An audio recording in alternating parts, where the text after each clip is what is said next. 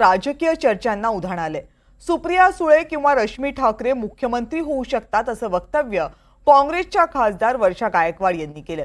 महिला मुख्यमंत्रीपदी रश्मी ठाकरे यांच्या नावाची चर्चा सुरू होताच शिवसेना ठाकरे गटानं सुद्धा प्रतिक्रिया दिली आहे। रश्मी ठाकरे कधीही राजकारणामध्ये नव्हत्या, उगाच त्यांचं नाव घेऊ नका असं किशोरी पेडणेकर यांनी म्हटलंय।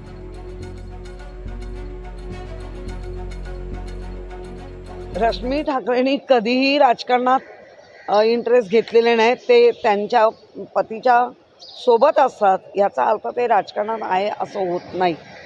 त्यामुळे महिला मुख्यमंत्री व्हायला पाहिजे, पण कारण नसताना रश्मी वहिनीचं नाव असता कामा नये।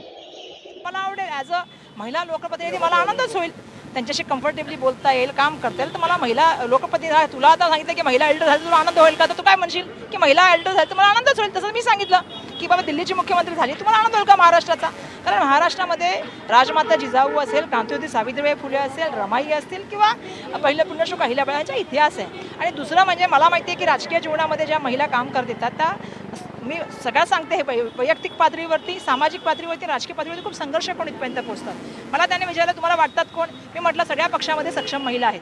आमच्या पक्षामध्ये पण 4-5 महिला आहेत ज्या मला असं वाटतं 4-4, 5-5 वेळा निवडून येतात। त्या पण आमच्याकडे एक प्रोसिजरची पद्धत वेगळी आहे।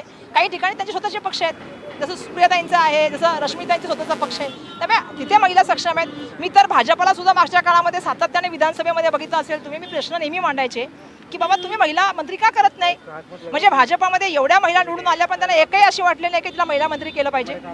अध्यक्ष नाही कोणाला करत महिला, मग काय नुसतं महिला बोलून नाही चालत, त्याला सक्षम पण करावं लागतं। आणि म्हणून ज्या ज्या वेळेला तिथे पंकजाताई पण होत्या, आम्ही त्यांना पण मदत करण्याचं काम, महिला म्हणून आमची